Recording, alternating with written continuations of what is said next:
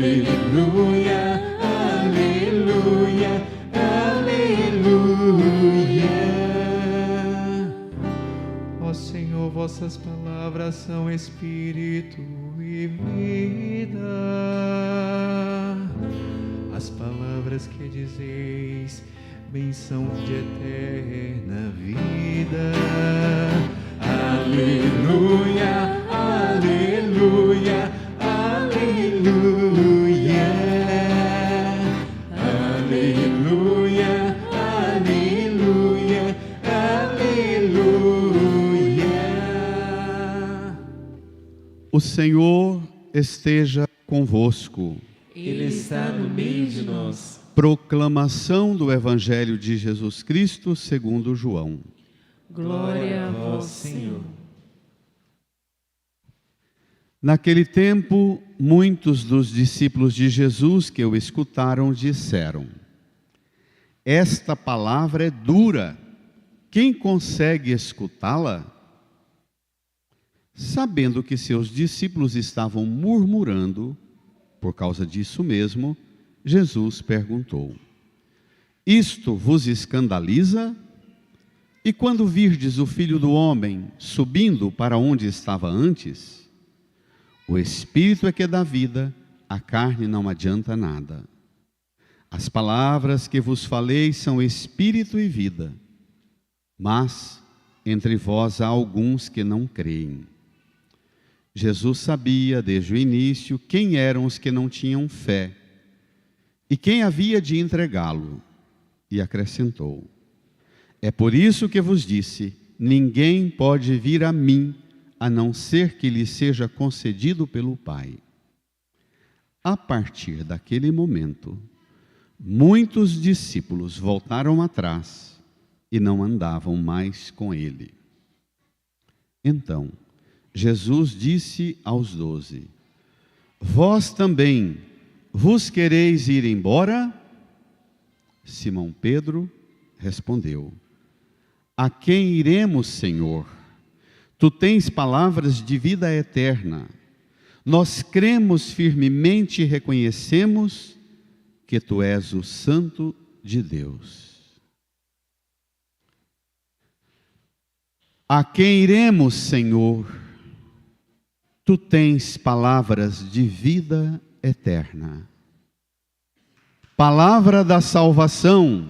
Glória a vós, Senhor. Aleluia, aleluia, aleluia. Aleluia, aleluia, aleluia. Rezemos por um instante em silêncio. No íntimo do nosso coração, peçamos ao Divino Espírito Santo o auxílio necessário para que também nós hoje compreendamos a palavra e professemos a nossa fé como Pedro professou. Peçamos, supliquemos.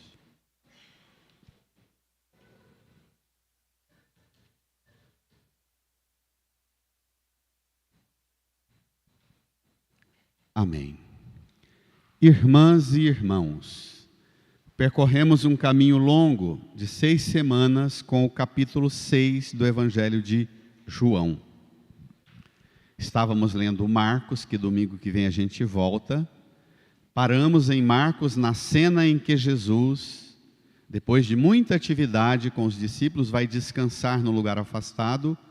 Quando chega, vê uma multidão que vem ao encontro dele, uma multidão que estava cansada e abatida como ovelha que não tem pastor. Ele sentiu compaixão e começou a ensinar. Lembra? Ensinou, ensinou, ensinou, e aí nós saltamos do Evangelho de Marcos para João e vimos que termina o ensino com a multiplicação dos pães e dos peixes. No final do ensino, Jesus alimentou a multidão que estava faminta, e no final da cena sobraram 12 cestos de fartura do lanche que tomaram, e a multidão quis sequestrar Jesus e levá-lo para fazê-lo rei em Jerusalém. Nós te damos um trono e você nos dá a cesta básica e a gente vai ser feliz para sempre. Jesus fugiu e se recusou a aceitar ser um Messias que ganha trono em troca de dar caridade, cesta básica para faminto. Porque esta não é a finalidade do poder. A finalidade do poder não é dar cesta básica, é libertar as pessoas daquilo que as faz precisar de cesta básica. Não é não? Essa é a finalidade do poder.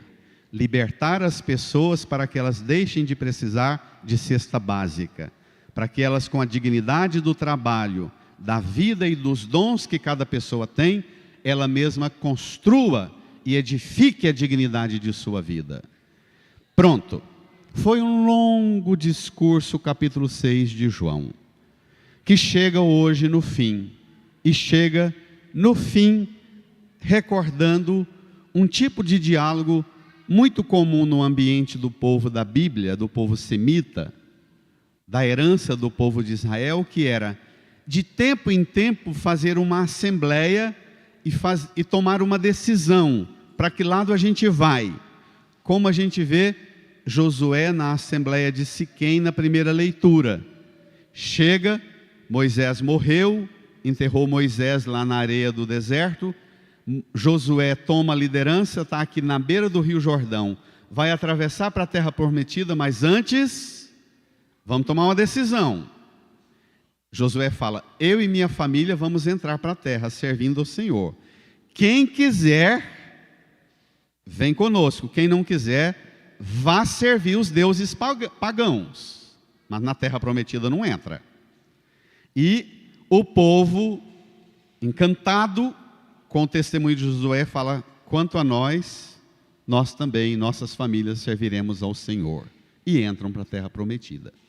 Do mesmo modo que tem aquele diálogo e aquela decisão, é Jesus agora com os discípulos. Eu queria começar pelo versículo 66. A partir daquele momento, encontraram no Evangelho? Sim. No seu folheto número 11, o Evangelho de João, capítulo 6, os versículos 60 a 69. A partir daquele momento, leiam. Muitos discípulos voltaram atrás e não andavam mais com ele. Discípulos voltaram atrás e não andavam mais com ele. Todos nós conhecemos pessoas, e nós mesmos, seguramente alguns de nós aqui passamos por isso. Um dia também decidimos voltar atrás e não andar mais com Jesus. Deixar a igreja, dizer não compensa, não vale a pena. O que é que levou discípulos, não é gente da multidão. São 3 categorias: a multidão, os discípulos e os apóstolos. Aqui é o segundo grupo, o grupo dos discípulos. Voltam atrás e diz, não compensa. Não vai dar o resultado que nós queremos. Não compensa. Vamos voltar atrás. Bora para ali. Lembra os discípulos de Emaús na madrugada de domingo da ressurreição indo embora para Emaús? É aquela cena. Que clima é esse de desencanto?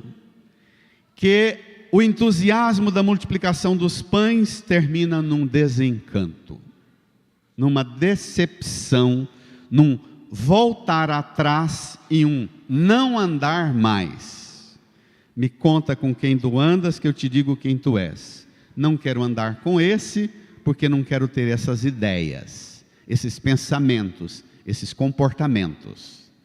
Agora vamos ao começo do Evangelho. Tome lá. É sério. Naquele tempo, muitos dos discípulos de Jesus que o escutaram disseram, brada, Esta palavra é dura. Quem consegue escutá-la? Espere lá. Que palavra dura é essa? Domingo passado foi a festa da Assunção e nós não escutamos a palavra dura. Quer dizer, domingo atrasado ouvimos parte dela. Mas o ápice foi domingo passado, na festa da Assunção, nós saltamos os versículos 51 e 58.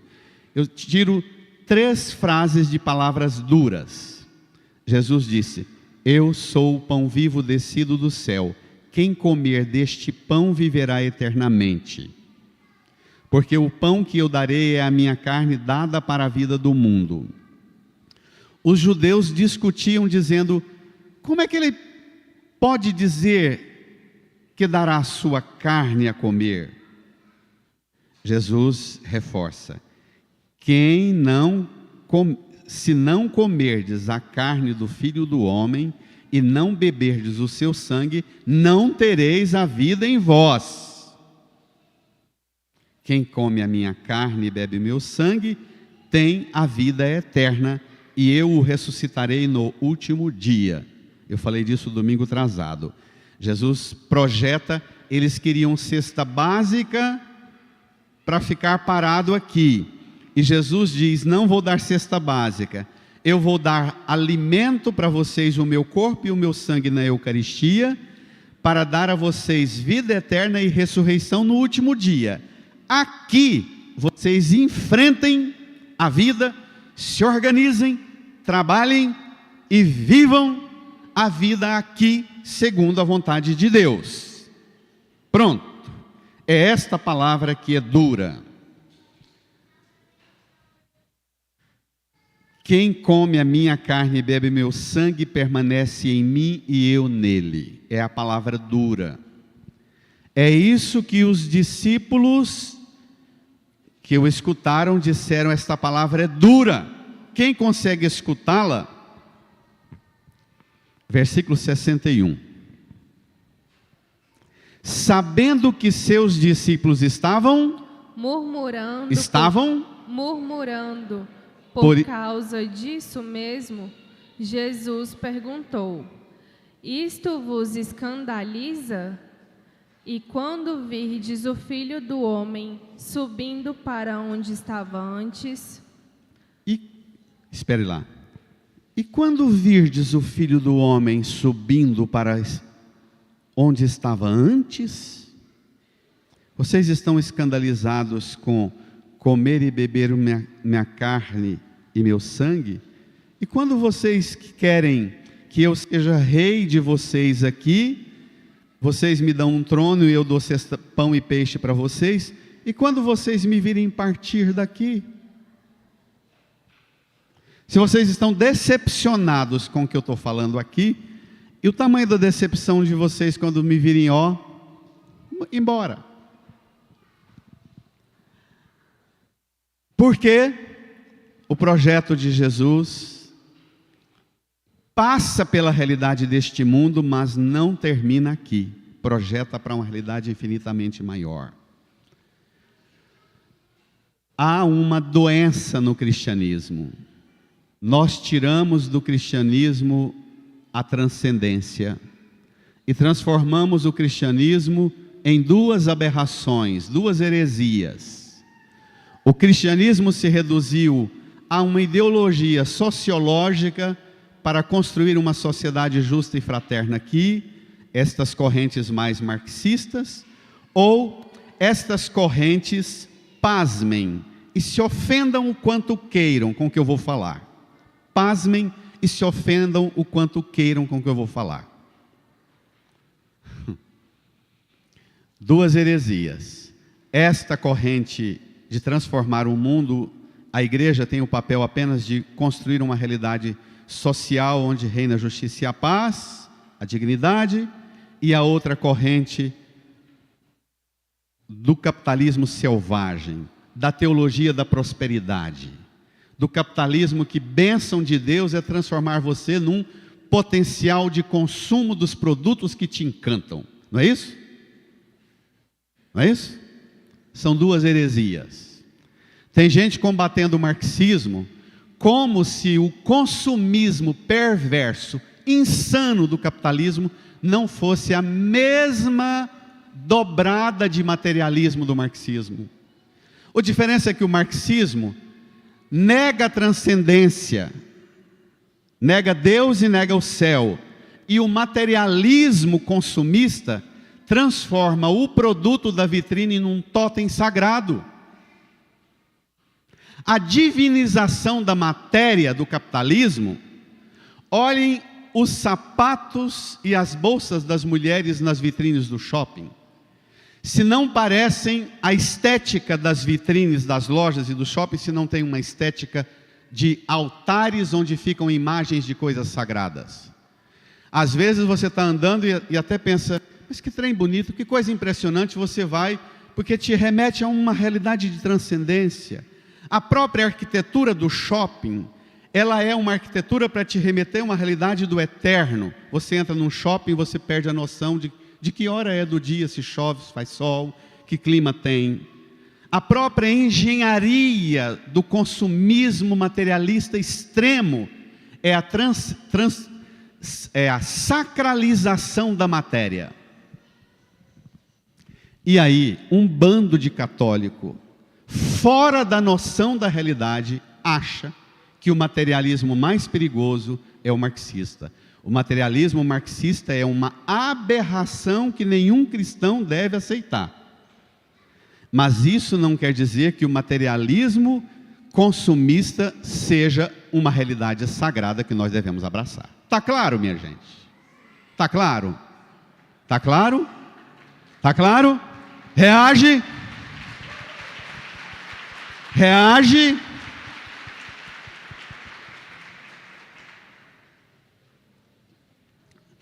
Porque é muito cômodo ficar satanizando uma ameaça que nem tem. Uma ameaça. O problema é que nós tiramos da palavra a dureza que ela precisa ter. Nós transformamos o cristianismo numa palavrinha. Tem até a Bíblia da mulher vitoriosa. A Bíblia com capa cor-de-rosa, cheia de rococó brilhantes e dourados. A Bíblia da mulher vitoriosa. A Bíblia do homem de negócios. Por favor, minha gente, por favor. Sabe que os financiadores que pagaram o grupo da Reforma Protestante, Lutero, pagaram o grupo de empresários que pagaram para traduzir a Bíblia dos originais do grego e depois do latim para as línguas vernáculas, para as línguas nacionais para onde as Bíblias iam, eles financiaram e disseram a Lutero: queremos que você amenize algumas palavras que para o catolicismo são muito fortes. Por exemplo, você não põe a palavra vocação. Você não põe... É impressionante. Se você ler a tradução original de Lutero e comparar com o original do latim, você vai dizer, não, transformar a Bíblia num panfleto da ética protestante e o espírito capitalista, que é um excelente livro que você pode adquirir para estudar esse fenômeno. Palavra dura, quem consegue escutá-la? A palavra amoleceu, a palavra amoleceu, a palavra esfriou, a palavra perdeu a força comunicativa. Os homens e as mulheres do passado viveram milhares e milhares, séculos e séculos de processos de aperfeiçoamento da linguagem e da escrita. Alguns estudiosos falam em 40 mil anos, outros falam em mais ou menos do que isso, até chegar a 3.500 anos antes de Cristo, para a gente ter a escrita, que foi dando, na Mesopotâmia, que foi dando para a gente a possibilidade de alcançar esse nível de comunicação da palavra. E nós entramos já na época de Jesus com a palavra selecionada. Ponha na sua boca apenas a palavra que é agradável aos meus ouvidos, Jesus. Não fale palavra desconfortável para mim, Jesus. E nós, pregadores, nós valemos pelo quanto pronunciamos palavras agradáveis aos ouvidos da turba. Você é a palavra que te habita, você é a palavra que você fala, que você pensa, que você sente, que você escreve, que você digita, mas é também a palavra que você ouve. A palavra revela o que tem dentro de você. Ao murmurar, os discípulos mostram que dentro deles tinham mágoa, ressentimento e principalmente decepção com o modelo de líder que Jesus se tornou para eles. Eles esperavam um líder de um messianismo terreno, político, social aqui. E Jesus está se apresentando como um líder, um modelo de líder. Ele vem agora falar de pão para a vida eterna, para a ressurreição do último dia. Que conversa é essa, Jesus? Nós queremos, bênção é para agora. Nós queremos a vitória é hoje. Nós queremos o sucesso é para aqui. Palavra dura.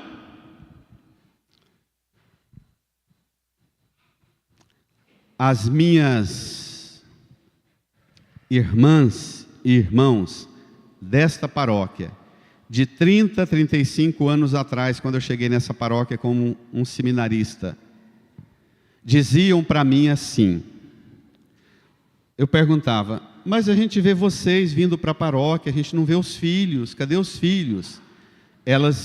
Os pais e mães diziam, Antônio, meu filho não vem à igreja, sabe como é, né? O mundo de hoje é outro, não vem à igreja, mas são pessoas boas, mas acreditam em Deus, ele até pede para mim, ela me pede, mãe, vó, reza para mim.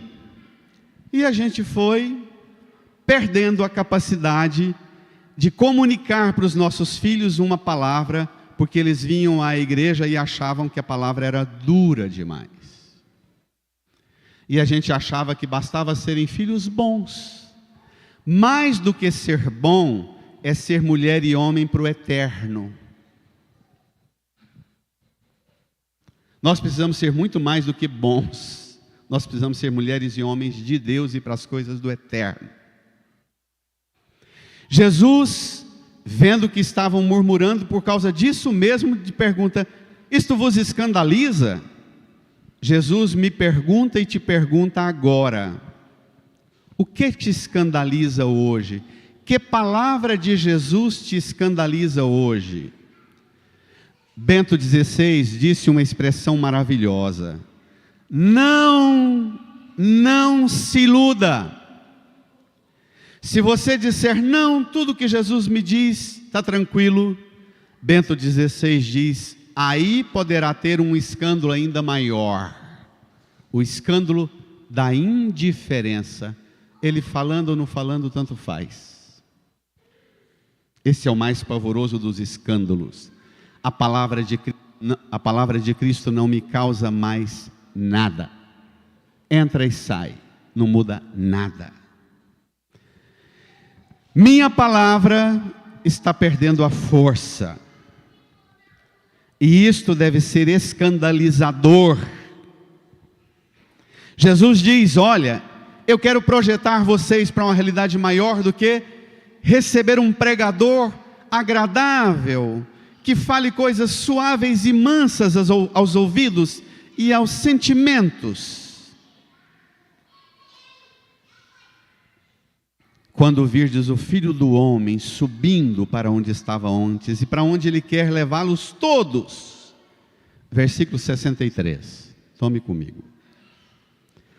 Leia pausada, mas com maior respeito à palavra, com a firmeza que ela deve ter. Bradem: o Espírito é que dá vida. A carne não adianta nada. Brada: as palavras que vos falei são espírito e vida. Que significa este confronto entre carne e espírito? Confrontando carne e espírito, o evangelista João não distingue ou divide o ser humano em duas partes, mas duas maneiras de viver. Como é que vive a pessoa segundo a carne e como é que vive a pessoa segundo o espírito?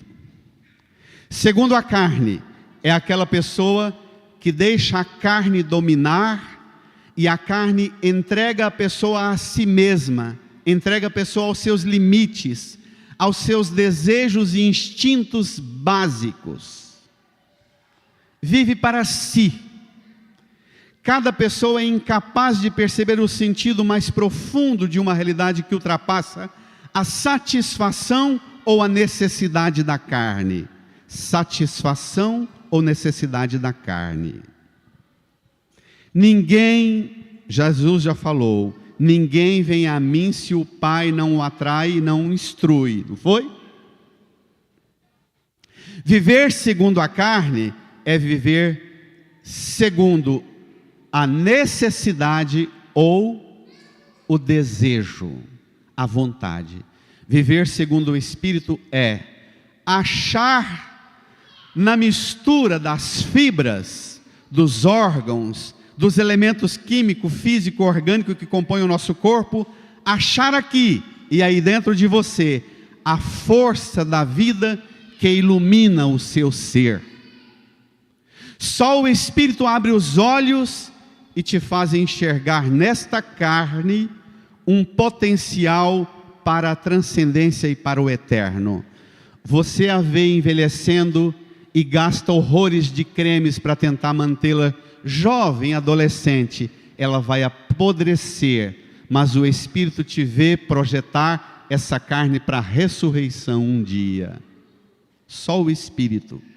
O Espírito te faz olhar para ela e aceitar o envelhecimento, cuidar, zelar, mas aceitar o envelhecimento. Se você olha para a carne, somente com a carne, você será escrava das fadigas e da indústria do cosmético, que quer garantir para você que mais arrancando um pedaço e comprando mais um produto caro, você vai ficar parecendo que é novinho. Que tragédia. É a quarta esposa de Henrique VIII. Leia a história dela, Ana de Cleves. Vale a pena. A família de Ana de Cleves, querendo convencer o rei de casar com ela, encomenda uma pintura igual essas, como é que chama essas fotos melhoradas no celular? Photoshop. Foto melhorada, encomenda uma pintura de Ana de Cleves. Quando Henrique VIII viu a pintura, falou, não, manda buscar essa onde ela estiver. E manda o povo da igreja encaminhar o meu divórcio com a minha terceira mulher, porque eu quero como esposa essa beleza. Quando ela chegou, ele a chamou com um nomão, que eu nem vou pronunciar aqui para não ficar reproduzindo os estereótipos dos preconceitos. Mas é o Photoshop. Uma irmã da comunidade me aborrecendo, mandando mensagem. Aí na porta da igreja me dá uma bronca. O senhor não atende a gente? Ela não se apresentou, não tinha o nome dela. Eu botava o dedinho lá na cara da mulher e falava, nunca vi. Aí peguei a foto e falei, você está querendo dizer para mim que você é essa aqui? Não atendo nunca. Ana de Cleves. A carne, ela cria um engodo de ilusão e faz-nos reivindicar uma projeção que não corresponde à realidade. Faz-nos entrar numa fadiga decepcionante e derreter na ilusão de si próprio e sozinho é a pior coisa.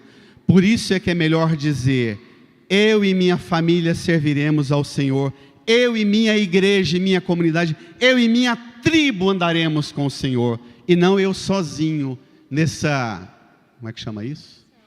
Nessa selfie, que é outra tragédia da ilusão.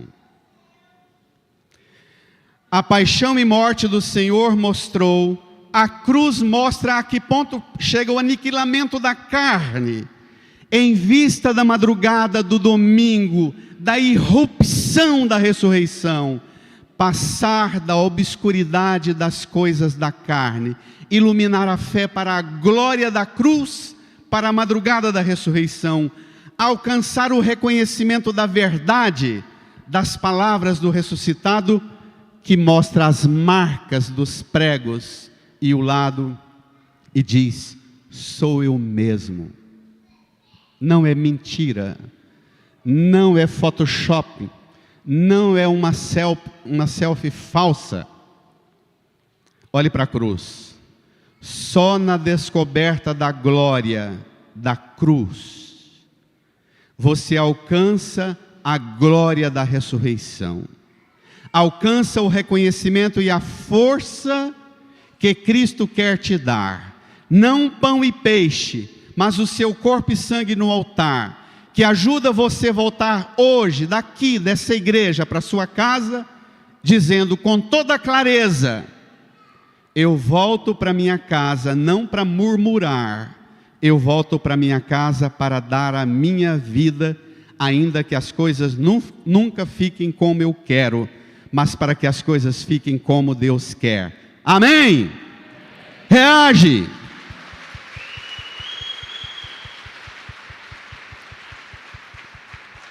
Esse é o espírito que dá vida. A carne não adianta de nada, vai passar. Pode gastar fortunas, vai passar. Qual é o problema de quem vive segundo a carne? Qual é a fonte de quem vive segundo a carne? Jesus diz 3 sentenças, versículo 64. Mas entre vós há alguns que não creem. Jesus sabia desde o início quem eram os que não tinham fé e quem havia de entregá-lo. Esse é o maior escândalo. Viver na igreja, falar de Cristo, dizer que tem fé, mas entre vós há alguns que não creem, não têm fé e ainda é capaz de entregar Jesus. Esse é o escândalo.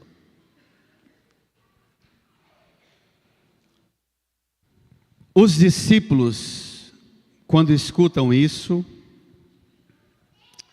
aí aperta. Jesus anuncia-lhes que há uma realidade maior. Haverá a cruz pela frente. Se vocês estão achando que é palavra dura, o que eu estou dizendo, vocês não têm noção do quanto será dura ver a palavra de Deus, o verbo de Deus que se fez carne, pregada na cruz, para ser silenciada, para não causar nenhum desconforto. Esta palavra dura, a nossa recusa, o nosso pecado, a nossa falta de fé, é capaz de pregá-la na cruz para dizer: cala a boca! Esta é a realidade onde o pecado pode fazer-nos chegar. Pregar a palavra na cruz para silenciá-la. E acrescentou, versículo 65, é por isso que vos disse, brada a igreja: ninguém pode vir a mim, a não ser que lhe seja concedido pelo Pai. Pronto, eis o problema. Você veio parar aqui, você está aqui, falando com Jesus, escutando Jesus, mas você vem a Jesus, mas isso não foi concedido pelo Pai. Você veio a Jesus, não pelo faro das coisas do eterno, você veio parar aqui em Jesus buscando faro das coisas baixas. Necessidade, vontade, desejo. Está tudo aqui, ó. Onde habitam os desejos, as vontades e as necessidades.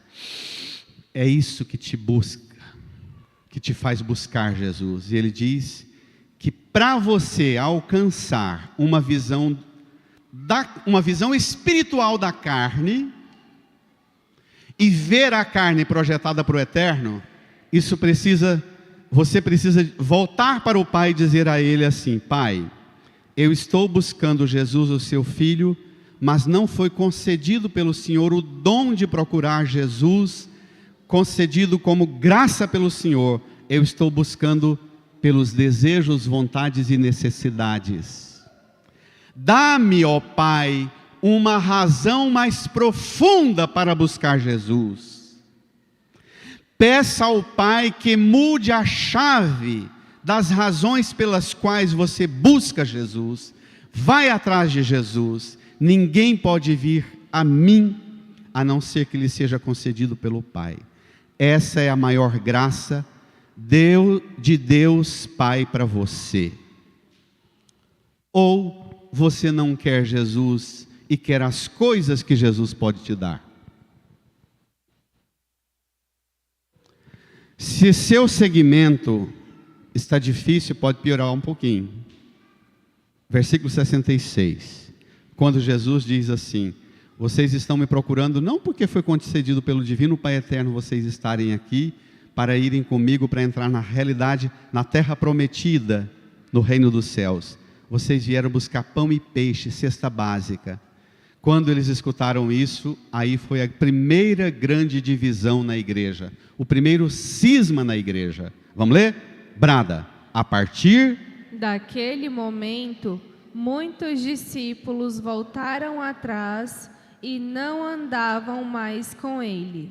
Palavra dura demais, não compensa seguir esse cara não. Não vim na igreja para ouvir isso não.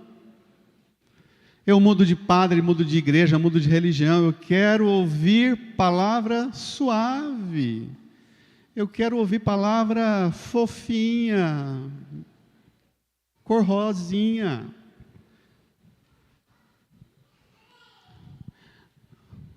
Recordo constantemente Padre Antônio Vieira. O cristão deveria sair da igreja todos os domingos indignado com o pregador, revoltado consigo mesmo e com profunda rejeição aos próprios vícios, e motivado a voltar para casa, corrigir os vícios, que recuperará o seu amor por si mesmo e te reconciliará com a pregação. É preferível você escutando uma pregação e saindo daqui com raiva do que dando like. Amém? É preferível você chateado com o pregador, porque tocou em assuntos que palavra dura você nunca deixou ninguém tocar. Palavras duras que mexeram em fendas e frestas que ninguém teve coragem de mexer. E você precisa do desconforto.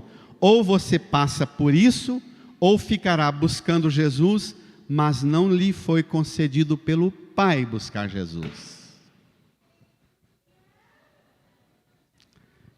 Versículo 67. É a avaliação mais dura. Então Jesus disse aos 12, brada: vós também vos quereis ir embora? Espere lá. Vós também vos quereis ir embora? Posso pegar pesado? Você não tem direito de estar nesse casamento e nessa família que você está, morando nessa casa que você mora. Você não tem direito de estar nesse emprego, nesse trabalho que você está, nessa equipe que rala com você no seu trabalho. Você não tem direito de estar nessa igreja e nessa comunidade que você está, sendo dentro do time um murmurador, azedo, ácido, reclamando e jogando contra o tempo inteiro. Ou você cria coragem, pega a palavra dura e pare de murmurar, pega a palavra dura e diz assim: moçada, vamos avaliar esse trem aqui e dar rumo para isso aqui? Ou você enfrenta, ou pare de murmurar, ou cai fora, vaza. Amém?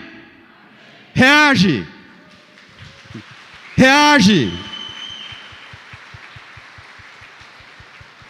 Não jogue contra, não traia o time, não murmure, não fique sem abraçar a causa e ainda dizendo que não está legal, eu não sou feliz nessa equipe de trabalho aqui. E quem falou que alguém trabalha para ser feliz? A gente trabalha para ser útil e não para ser feliz. Não é não? Quem é que puxa enxada para ser feliz? Quem é que varre rua para ser feliz? A gente trabalha para fazer o mundo ser melhor. Como é que era o ditado do monge beneditino que a Marilena Café contava lá nos anos 80, eu sou dessa era: varredores que varres a rua, tu varres o reino dos céus. Não é isso? Lembra disso? Varredores que varres a rua, tu varres o reino dos céus. Eu era um menino de 18 anos, quando numa formação para catequista ela disse essa frase. Isso é transcendência. Isso é enfrentar a missão no mundo dizendo: não, eu trabalho aqui, mas não é para aqui, eu trabalho para o reino dos céus. Vós também vos quereis ir embora?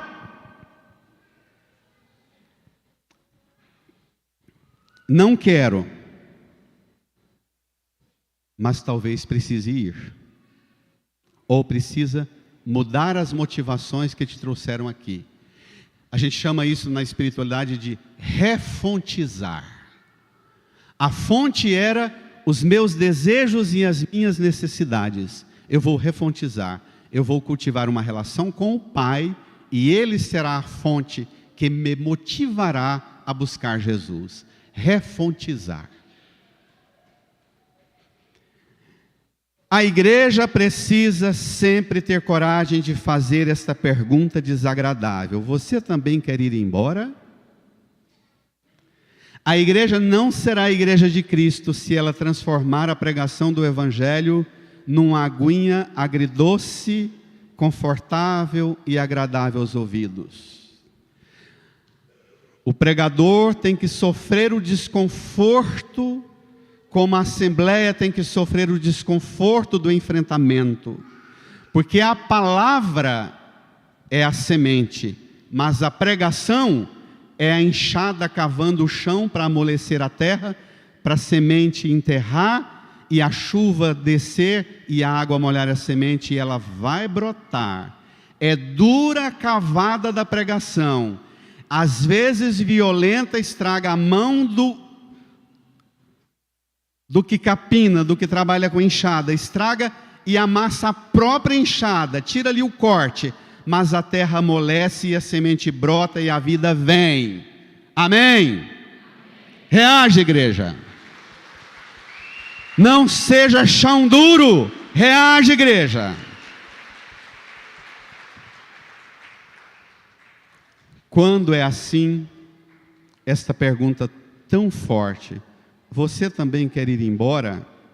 Sempre há essa liberdade. Jesus só quer você aqui se você veio parar aqui, porque para você estar aqui é um dom que o Divino Pai Eterno te deu. Se não for por essa motivação, ou mude as motivações ou vaza.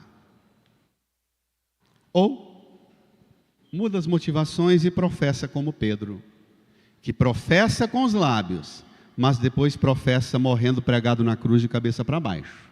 Não se esqueça.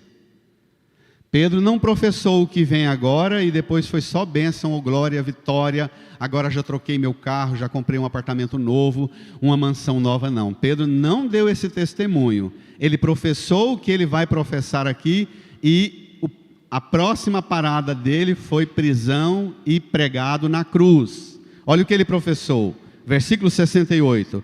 Reage, igreja. Simão Pedro respondeu: brademos. A quem iremos, Senhor? Tu tens palavras de vida eterna. Brada, nós cremos firmemente e reconhecemos que Tu és o Santo de Deus. Uma salva de palmas para Pedro. Brada, brada.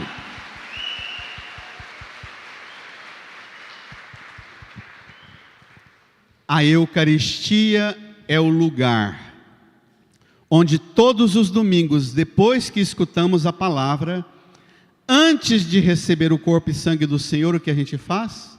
A gente fica de pé e professa. Creio, como Pedro confessou. A Santa Missa é exatamente, todos os domingos, esse encontro com o Senhor. Escuta a palavra, dura, que mexe no monte de realidades, mas que cava a terra dura do coração, amolece, a água e a graça desce, a bênção vem, a semente brota, os frutos vêm.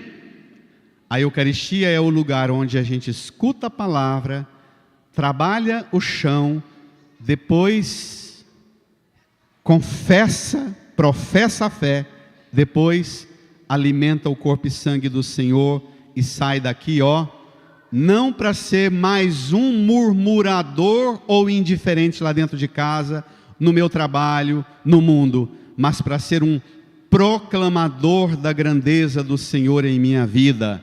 Amém. Amém. Hoje você está aqui. Olhe para o altar e para a cruz. Você precisa, irmã e irmão, nós precisamos passar da obscuridade das coisas da carne e da terra, iluminar nossa fé com a glória da cruz e da ressurreição. Só na descoberta da glória de Jesus, crucificado, ressuscitado, se alcança o reconhecimento e a força e a vida que é a Eucaristia. Quem não entende o que é a Santíssima Eucaristia, não é lendo livro e manual sobre os mistérios poderosos da Eucaristia que saberá o que é a Eucaristia. Quem não compreende o que é a Santíssima Eucaristia, precisa compreender, estudar Bíblia, aprofundar o conhecimento do Evangelho, saber o que é a morte e a ressurreição do Senhor. Só a morte e ressurreição, só a cruz dá clareza sobre o que é a Eucaristia, segundo o que Cristo quer e oferece. Quem não tem clareza sobre o que é a Eucaristia, segundo o que Cristo oferece, sofre um problema grave, um fundamento de fé fraco. Se você não sabe o que é a paixão, morte e ressurreição do Senhor, volte a ler a palavra de Deus. Volte para o essencial da fé e você entrará na igreja ou lá no sacrário, diante do sacrário, sem ninguém lhe dizer uma palavra sobre a Eucaristia, estará claro, porque quando ele morre, o véu do templo rasga e fica claro quem é Deus, quem somos nós e o que é essa presença real de Cristo no seu corpo e sangue para nos alimentar, para que nós caminhemos aqui, trabalhemos aqui, não sejamos um bando de murmuradores, mas de proclamadores do senhorio e da grandeza de Deus. Amém. Incline a sua cabeça, peça do Senhor a graça de corrigir você em tudo que tem feito você ser um murmurador, uma murmuradora que resmunga, que lamenta, mas que não tem coragem de mudar o fundamento da sua fé, a fonte da sua fé. Peça ao Pai para conceder a você a graça de que Ele seja a fonte da sua busca por Jesus, do seu encontro com Jesus na palavra, na Eucaristia e na vida dos irmãos. Só Ele pode dar a você, só o Pai pode dar a você a graça de compreender Jesus na palavra, na Eucaristia e na vida dos irmãos, na sua vida. na vida do mundo. Fale com Ele. Renove a sua fonte no Pai.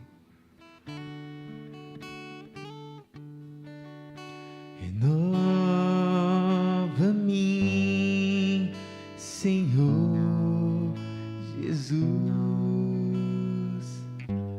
Já não quero ser igual.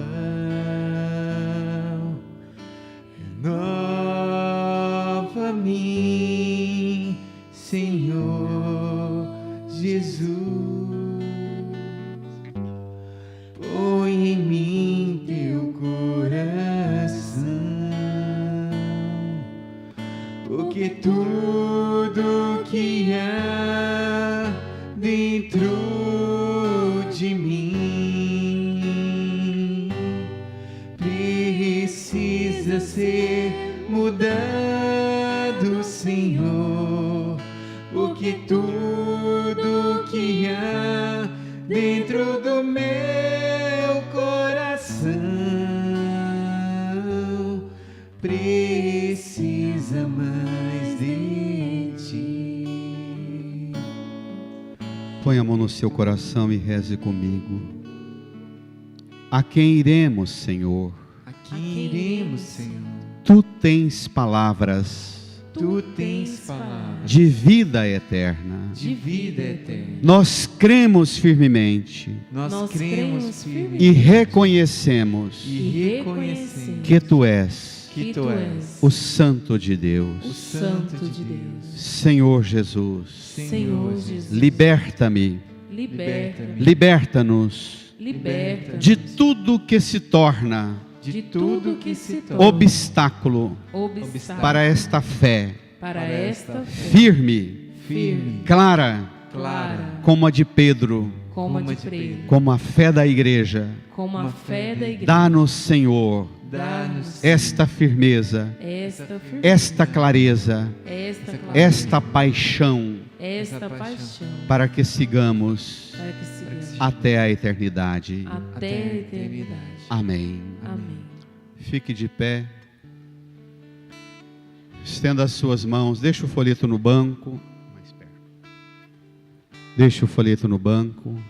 Estenda as suas mãos aqui para a palavra.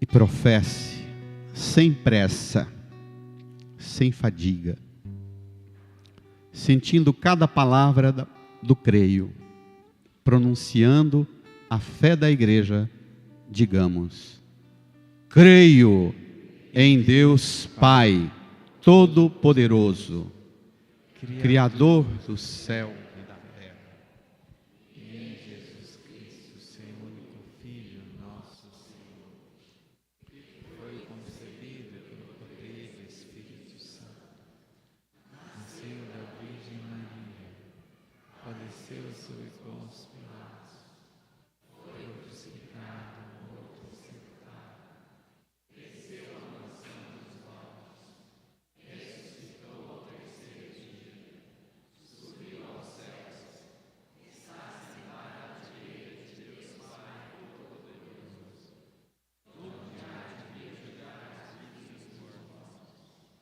Creio no Espírito Santo, na Santa Igreja Católica, na comunhão dos santos, na remissão dos pecados, na ressurreição da carne, na vida eterna.